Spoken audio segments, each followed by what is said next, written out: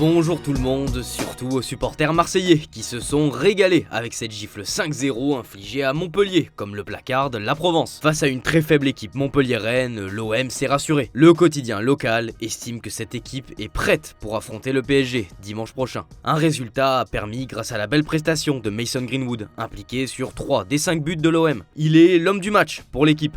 Du côté des vaincus, c'est la défaite de trop et le président du MHSC, Laurent Nicolin, a annoncé en plein direct à la télé le licenciement de l'entraîneur, Michel Derzakarian. Cap à présent sur le match face au PSG qui ne pourra pas encore compter sur le retour de Lucas Hernandez avant mi-novembre selon l'équipe, bien qu'il récupère plus vite que prévu. L'autre olympique est également en pleine bourre. Victorieux 4-0 sans contestation face au Havre, les Lyonnais remontent au classement et prennent de la vitesse pour le progrès. Ce Lyon a de la gueule, comme le résume l'équipe. La course aux places européennes en Ligue 1 est franchement excitante. En Italie, c'est la course au titre qui tient encore tout son suspense. L'Inter a fait la bonne opération en s'imposant 1-0 contre la Roma grâce à un but de son joueur en or, Lautaro Martinez. Le buteur argentin réaffirme son statut de leader de l'attaque et de prétendant au Ballon d'Or d'après la Gazzetta. La Roma, de son côté, est abasourdie, dépassée. Tout est une question de qualité, comme l'explique Il Romanista. Les Nerazzurri remontent à la deuxième place mais restent 2 points derrière le Napoli qui a aussi fait le job contre Empoli 1-0. Un succès acquis grâce à Kvicha Kvaratskhelia. Malgré son but et la bonne forme de l'équipe, le doute plane au-dessus du club et du joueur concernant son avenir. David Neres, tranchant lors de ses entrées, lui fait de l'ombre et lui a enlevé son statut d'intouchable d'après la Gazzetta.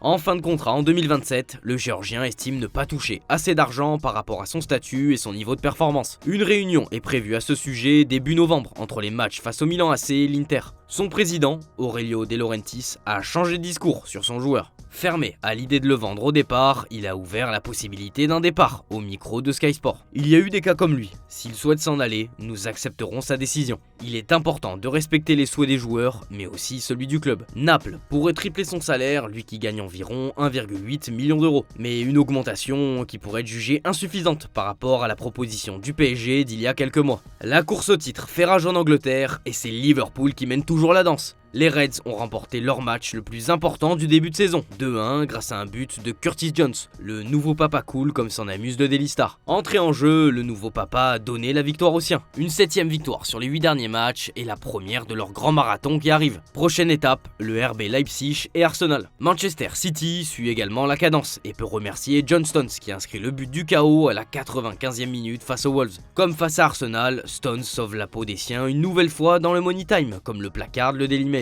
Allez, direction l'Espagne avec le FC Barcelone qui a envoyé un message fort au Real Madrid. Victorieux 5-1 de Séville, le Classico est lancé comme l'annonce Marca sur sa une. Une nouvelle fois impressionnante, la bande d'Hansi arrivera face au Real en tête de la Liga avec 3 points d'avance. Cette équipe est un rouleau compresseur comme le détaille Sport. Tous les signaux sont au vert. Pedri a inscrit un but brillant, Lewandowski a un doublé tout en affichant un état physique rassurant après sa gêne avec la Pologne et Yamal est passé tout proche d'un but d'anthologie de l'extérieur. Cerise sur le gâteau, le retour à la compétition de Gavi. Le stade lui a réservé une ovation et un accueil fou, 335 jours après son dernier match comme le symbolise Mundo Deportivo. Premier ballon touché et une faute pour lui. Pas de doute, on a bien retrouvé Gavi. Une formation qui s'avance confiante avant ce Classico. Hansi Flick a déclaré que son équipe est prête. Le Real n'a qu'à bien se tenir. D'ailleurs, à Madrid, on s'avance avec moins de certitude. Le Real a gagné, certes, mais dans une ambiance qui se dégrade, à en croire Marca. Selon le journal, c'est Bellingham qui est au centre des problèmes. L'Anglais n'a toujours pas marqué cette saison, alors qu'à ce stade l'année dernière, il avait déjà inscrit 10 buts.